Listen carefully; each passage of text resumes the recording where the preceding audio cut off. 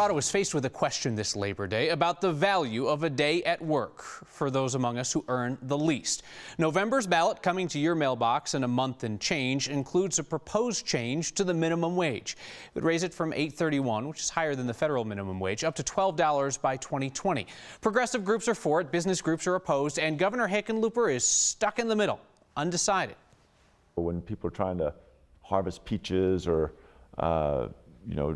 any of the agricultural harvests, they are on a thin edge of profitability.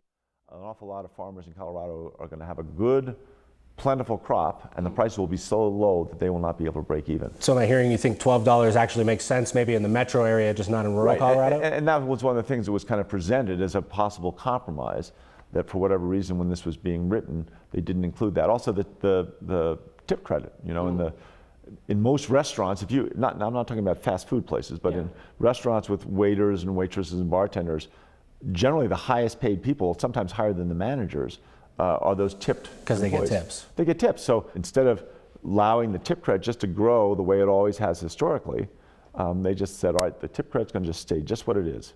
And, I guess I haven't made up my mind on it, but that's what my reservations are. The governor's conversation with our politics guy, Brandon Ritteman. Whatever the wage, Americans are working harder and longer, according to several surveys and studies. 41% of Americans didn't take a single vacation day in 2015. And for those who did take vacation days, about 55% of Americans didn't use all of their paid time off last year. On top of that, we can't unplug even when we do get off work. 35% of American adults said that the internet, email, and cell phones make them work more. We hear it next. Hope you were off work this weekend and unplugged. All right, time to check again. Is the A-line working today? The train to the plane sometimes? Yes, today it is fully functional. Great news on a day when we expect a lot of people to be returning from trips or leaving Denver after the holiday weekend. So absolutely no one should be surprised that it was a busy day on I-70, especially earlier. Everybody knew that today would be madness. It looks that traffic is moving pretty smoothly now. I love how we show these traffic videos on the news all the time, because if you're watching, you're clearly not up there and stuck. And if you're waiting for someone who is stuck somewhere else along I-70, chances are they've called or texted you to know by now. But every newscast in Colorado is going to show the same traffic videos today. Colorado hasn't felt very much like a swing state lately. Some polls have Hillary Clinton up 11 points on Donald Trump, a lead so big Clinton stopped advertising here. Trump hasn't been spending money on ads in Colorado until this week. Our Steve Stager did the numbers. The first part of this story wrote itself. According to FCC filings for 3 Denver TV stations, including 9 News, Donald Trump bought 420 spots on Denver airwaves this week. 420 in Denver. What a coincidence. Trump spent $468,000 total across 3 stations, 9 News, Channel 4, and Channel 7. Channel 31 hasn't reported any Trump ad buys yet.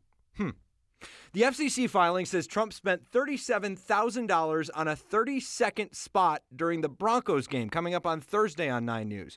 Compare that to Hillary Clinton, who stopped buying ads at the end of July. She spent $450,000 on 300-plus ads on 9 News between June and July. Again, all of this coming from FCC filings. For Next, I'm Steve Stager. So the bottom line, folks, is this. The political ads you thought you'd escaped are back, at least for this week. Trump's going to test the strength of Clinton's lead in Colorado. So here's the thing about stealing a tattoo. You can't exactly give it back, and that is why Soul Tribe Tattoo Shop on Broadway wants your help finding the guy who walked out on a big bill. An artist visiting from California spent 7.5 hours working on a guy named Ari Chiaroscuro. In the art world, chiaroscuro means the treatment of light and shade in paintings. Perhaps that's why he got paintbrushes tattooed onto his arm. When this beautiful piece was complete, the shop says he quickly tossed on his clothes, nitpicked over some features on the tattoo that could have been fixed, and then took off. So what does 7.5 hours of a skilled tattoo artist's time worth? Cost you $1,100. It's a heavy hit, to an artist who has put that much time and effort and love into something, and to be victimized like that. Anger is involved. I think that's probably first and foremost, just because, it's not a tangible item that you can try to take back from this person. So, of course, they did call police. Shops also hoping for some community policing. They posted the guy's ID photo and name on Facebook, and from the looks of things there, the mob with pitchforks and torches is already assembling. Next question, and it is one that we get almost every day. That IRS scam is back. How do I report it? The scam never goes away. It's been going around for years. The IRS says more than 1 million people have been contacted by scammers posing as agents. They threaten to arrest you, say you haven't paid your taxes. If you want to report the scam, you can call the Treasury Inspector General for Tax Administration. The number's there on your screen. It's also in this article on 9news.com. That sounds like a lot of work to me. If I were you, I'd just ignore them.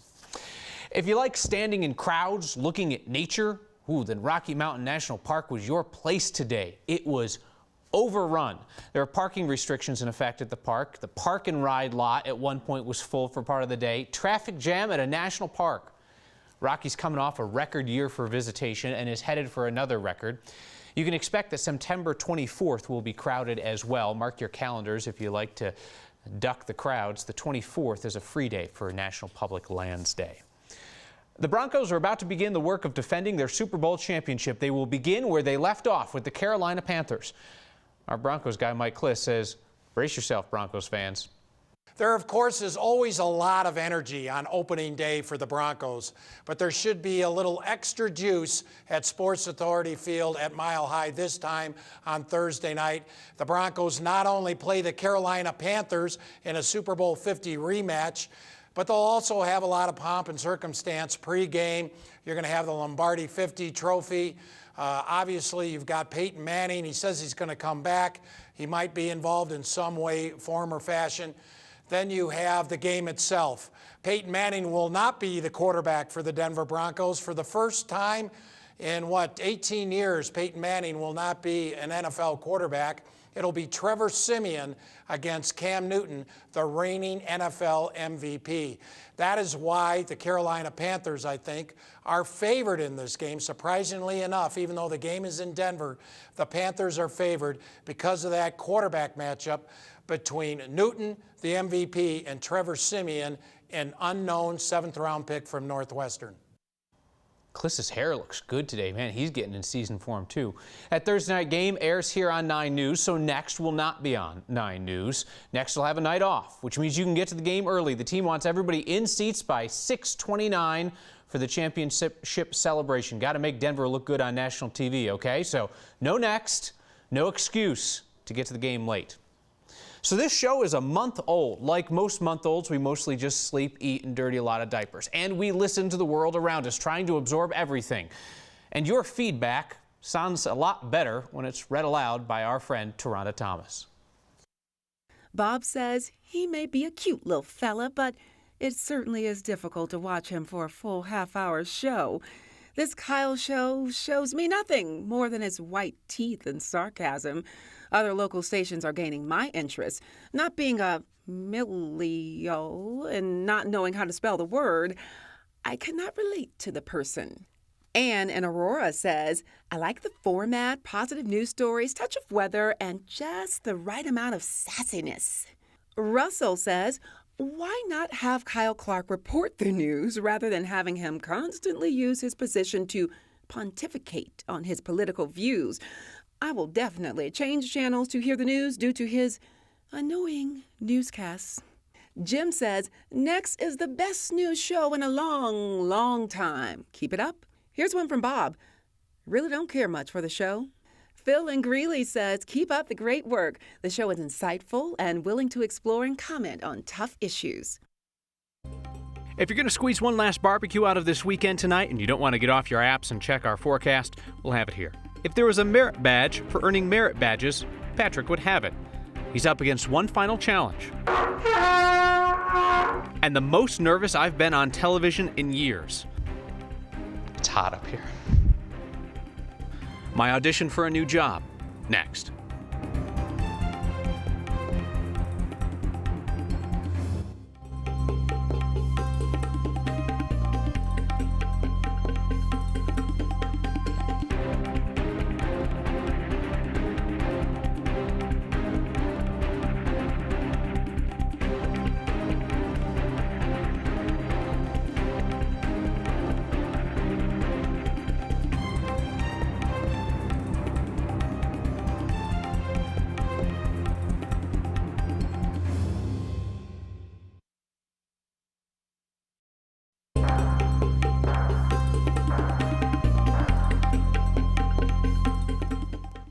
Hi, welcome back. I'm not an app. I'm Chief Meteorologist Kathy Sabin here to tell you that I hope you enjoyed your holiday weekend. Sunshine and 90s. Guess what? Change is afoot. We're tracking a weak front coming in from the north that will drop temperatures some 10 degrees tomorrow. Hopefully you enjoyed a day without a thunderstorm to ruin your barbecue. The pictures coming in from the high country spectacular. Perhaps a beautiful day on the river or on the lake with your best friend. The weather, pretty nice today. Temperatures above average in the low 90s. As I mentioned, with that cool front coming in, late day thunderstorms will increase in coverage across the eastern plains as we'll have more moisture and less wind, which is actually great news for firefighters.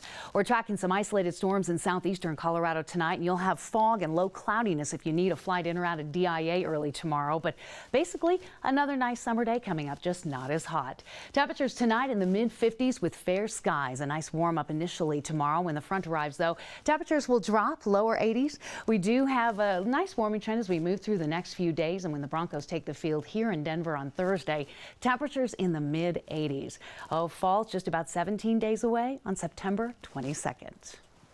Kathy, thanks. There are thousands of new freshman students at CU Boulder this year. One of them is particularly trustworthy, loyal, helpful, friendly, courteous, kind, obedient, cheerful, thrifty, brave, clean, and reverent. You guessed it, Patrick Gibbs is a Boy Scout. And he's not afraid of hard work. He has earned all 141 Boy Scout merit badges. 141. You only need 21 to become an Eagle Scout. But even Patrick procrastinates. He left one in particular for last. Reptile and amphibian studies, fly fishing, veterinary science, citizenship in the world, communication, signaling. We had done a search to see how many kids had done it, and there was one website that said only 297 had accomplished this, and another 13 were pending approval. And seeing that, that's from 1910. That's he's achieved something pretty special. Early in scouting, I had earned a lot of merit badges working towards my Eagle Scout, and I had earned 40 or 50 by the time I was an Eagle Scout. As the list got smaller, bugling showed up, and I was not very interested in playing a musical instrument again, so I just put it off as long as I could, but now I have to bugle almost every day to practice and get the songs. Luckily, he does it when I'm at work, so I don't have to put up with it. I've heard his sister talk about it. I've asked him to play a couple of songs for me, and you can tell, you can tell when he does it right, and you can tell when he doesn't do it right. But it is an instrument that a 17-year-old boy is trying to learn, and and it's a horned instrument, and when you don't play them right, you don't play them right. So. For bugling, you have to play 15 songs that are played by the military during their daily routine or throughout the week, and so you can play it on a bugle or a trumpet. A lot of merit badges, you can find merit badge counselors that can help you. Not only do they have to sign off on you, but you can talk to them beforehand, and they can be a resource when you reach roadblocks or something like that. Well, he doesn't, for bugling, there's not a lot of people that know how to do it. So I always try to push myself in everything I do. It's just something that being raised, my dad's taught me, is try to do as much as you can and have fun. And I find doing these merit badges is very fun, and I enjoy it. He passed the bugling test 3 weeks ago, has a fancy new badge to prove it. Congratulations, he's going to tear it up at CU Boulder. Next, Metro State holds anchor auditions for its award-winning campus newscast. And they never specified you have to be a student to audition. Kyle, you're all set in the studio. Here we go. Goes nothing. Let's be honest. There's no telling how long next we'll be on the air. Backup plan is always a smart idea. And we heard a news team across town was holding open auditions. So I went. Anchor auditions, Met Report, Metro State. Nothing on the flyer says you have to be a student. Hi. Kyle! I'm here for the anchor audition. Hi. Is this the right room? Yes. Hi. Hello, Nice to meet you. How does this work? All right. Let's set you up over here. Set me up? Okay. Hi. Sorry to interrupt. Hi. Just got to fill out some paperwork. You need to fill out this paperwork, and Okay. then we'll have you choose a script. So the whole audition is just one story? Yes. And if you mess up your first time on the prompter, Yeah. you can do it over again. Okay. There's a story about the RTD A-line. Have you done this before? No. First time? Yeah. You nervous? I think I'm okay. Okay. It's not that hard, really. Gotcha. Trust me, it's not. So you guys know that journalism is a dying business, right? Have your professors told you that? No, but due to the... Boom. Interwebs. Changes in RTD bus routes could affect your commute to campus. Starting Sunday, bus route 15. You say route or route? I say route. I feel like it's, I don't know, who says route? People from the East Coast, I guess? Savages?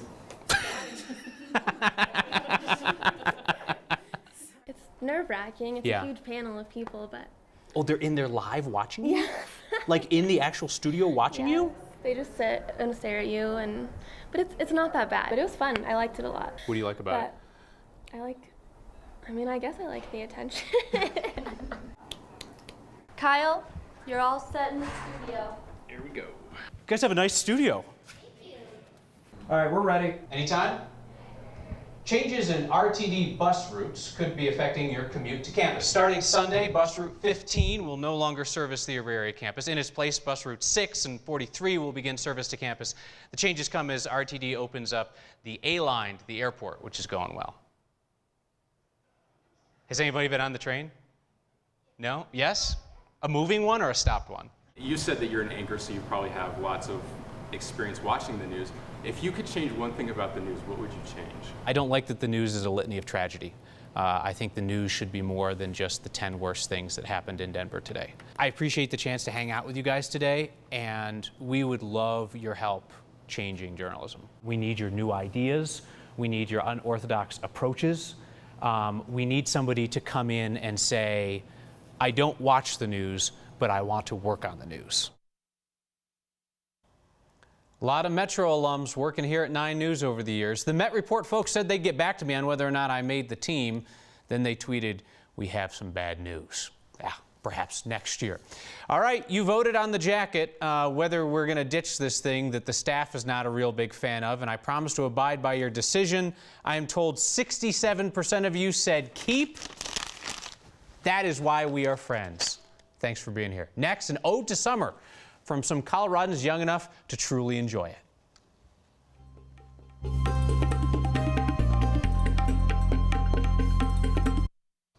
The unofficial end of the summer season means a lot of pools are closing tomorrow. Kind of a bummer. Our photojournalist Chris Hansen got some straight talk from the straightest of talkers at a pool in Broomfield.